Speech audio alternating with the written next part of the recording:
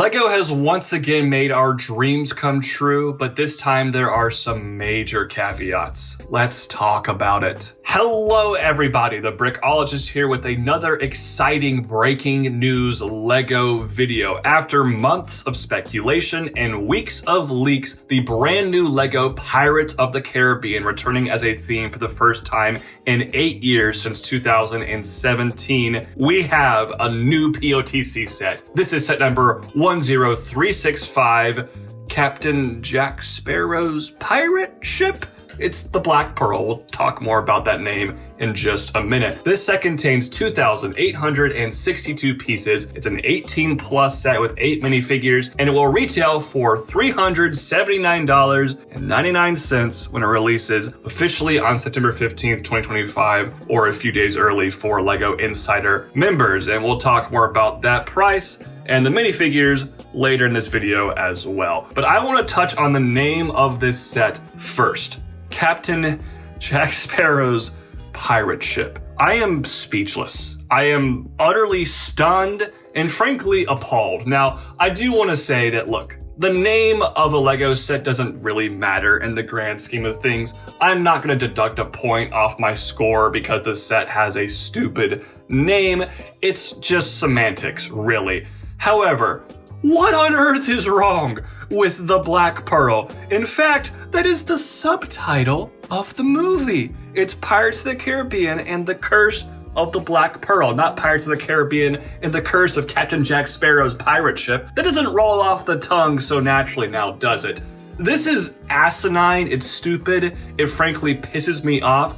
Everybody knows the name Black Pearl. I have no idea why they would change that. Now, we have gotten something of an official statement from LEGO, and by an official statement, I mean a reply on Instagram. So basically, some logical person commented on LEGO's Instagram post with this set, asking why is the name, not the Black Pearl, and LEGO responded to this user by saying, "The name reflects an internal creative decision by the LEGO Group and the Walt Disney Company." What decision was there to be made? Are we gonna stop calling anything with the word black now? Like, is Black Panther just gonna be Wakanda Panther? Is Black Widow gonna be Russian spy Marvel lady? Like, what are we doing? I'm fully expecting the Death Star to be called Emperor Palpatine's laser orb when it comes out in a few months. Like, I am just flabbergasted at this decision.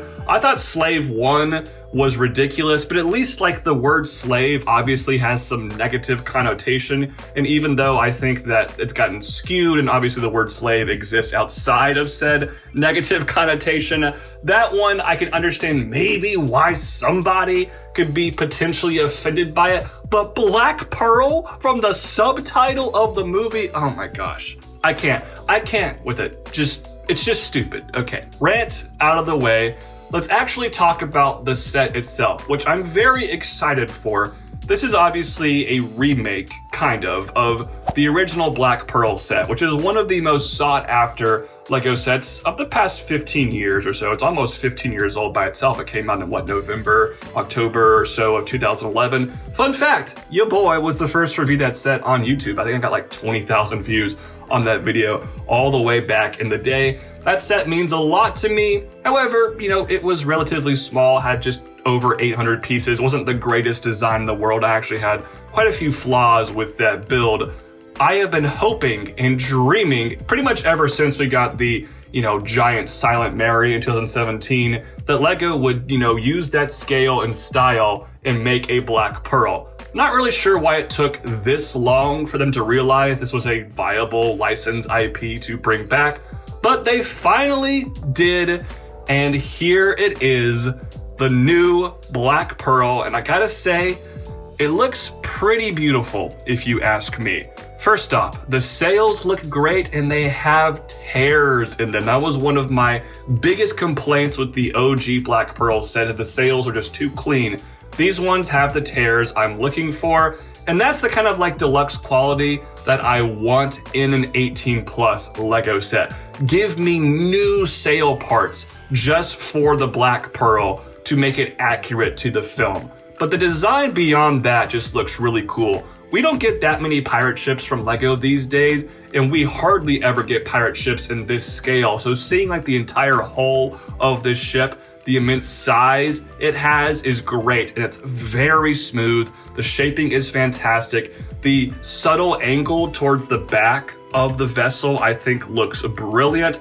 All of these black pieces came together really well. The masthead, which is kind of like a 9th minifigure, looks pretty cool too. The color of the masthead, I do think it's, pretty accurate to the movie, but in LEGO form, it stands out a little bit too much, but it's not the biggest complaint I have. And really every angle of this ship looks good, especially from behind. That has some ornate design techniques. Those little gears at the bottom are hidden pretty well. Thank God those are not like red actuator elements. And I believe those activate the cannons, which is very, very cool. I like that quite a bit. The cannons appear to be brick built instead of the cannon element LEGO has had for decades now, which I'm fine with. This is obviously not a set for kids to play with, so I don't need firing cannons with this set. So I actually have no complaints about that. And the design techniques look great. One of my favorite parts is you can actually remove the hull of the ship and then rest it on something to make it look like, the part that would be floating in the water is in the water. So I'm sure people are going to use that to mock like the ocean. That's very cool, very clever, and not something LEGO really had to do, but I think it adds a lot of value to this set for display. And I like that it also comes on a wooden display style stand. That is very nice as well. So this is a great display piece. It's obviously going to take up a lot of room. It is 25 by 25 inches or 64 by 64 centimeters. So more than 2 feet tall, more than 2 feet long. This is a big ship, and I think that is really, really neat. So the build is fantastic. We'll talk about the price here in just a minute or so, but I want to touch on the minifigures before that. Gotta say, I think the figures look really good, but for a set of this cost, and considering it is a pirate ship that needs a crew, there are some notable omissions here that I don't particularly love. But let's talk about the figures we do get. Jack Sparrow, this is probably the best version we've gotten of him yet. We have the dual molded legs, that looks great. Wouldn't really be my #1 outfit choice for Jack. I would have liked to have seen his jacket, but whatever, not the worst thing ever. And he actually does have a gun. I'm kind of surprised. I thought LEGO might retire the pirate gun elements because, they're just getting more and more soft, obviously, by the name of this set included. But he has a gun, and he has an updated skin tone to be a little bit darker, which I think is a great choice. Johnny Depp is very, very tan in those movies, so I think that's a really solid choice. He looks great. Barbossa looks very good. I think that's a new hair hat element. Correct me if I'm wrong in the comments. I think he looks great. He has a double-sided face for his kind of, ghostly pirate, undead pirate thing. That's very cool. Elizabeth Swann, again, not the outfit I would have picked. I think her hair and her face look pretty generic, but I love the coin piece they gave her here, and all the printing looks really great. Also, I think Will Turner looks perfect. Orlando Bloom's face just translates really well to LEGO minifigure form.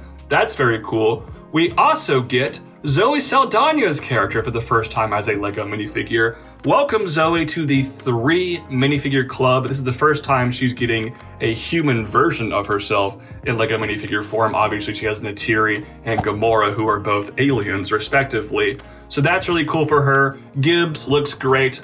Could have used some leg printing, but not a huge deal, and his face print looks great as well.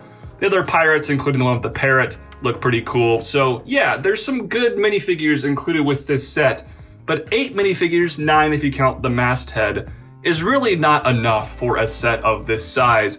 I just feel like there also could have been more characters.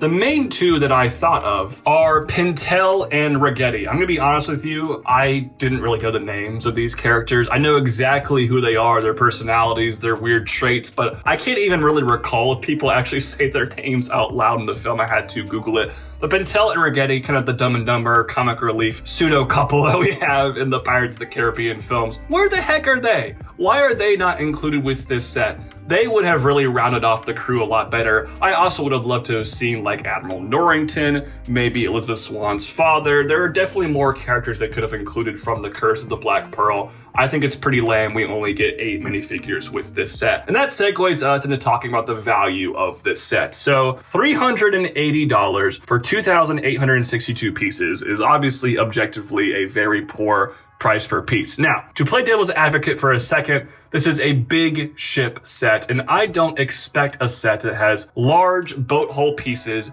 huge mast elements, and obviously those really cool sail pieces as well to be 10 cents per piece. I mean, look at the Imperial flagship that came out in 2010? That set 15 years ago when LEGO was much better priced seemingly was not 10 cents per piece. So there is an excuse for this set to be quote unquote overpriced.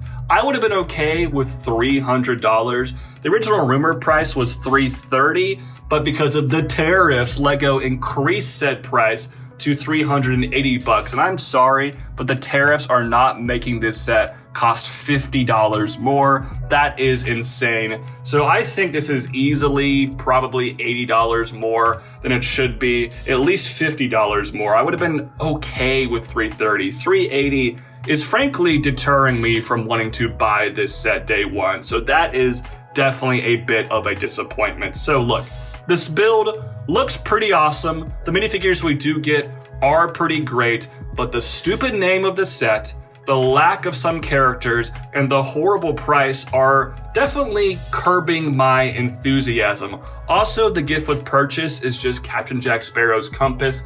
That's not really something enticing me to buy this set day one. I don't really care that much about getting that set. So I don't think this will be a day one purchase. It's definitely something that I will hope for a sale or at least double insider points or a better GWP. I'm not going to buy this one immediately. I will get this set at some point because I love this movie. I love Pirates of the Caribbean. I love the Black Pearl, not Captain Jack Sparrow's pirate ship. So I will be getting this set eventually, but it's not going to be a day one for me because there are just a few too many caveats to this set's glory. But those are just my thoughts. I'd love to hear your thoughts on this set in the comments down below. Thank you all so much for tuning in to today's Breaking LEGO News video. Have a fantastic rest of your day. Peace out. God bless. Bye-bye.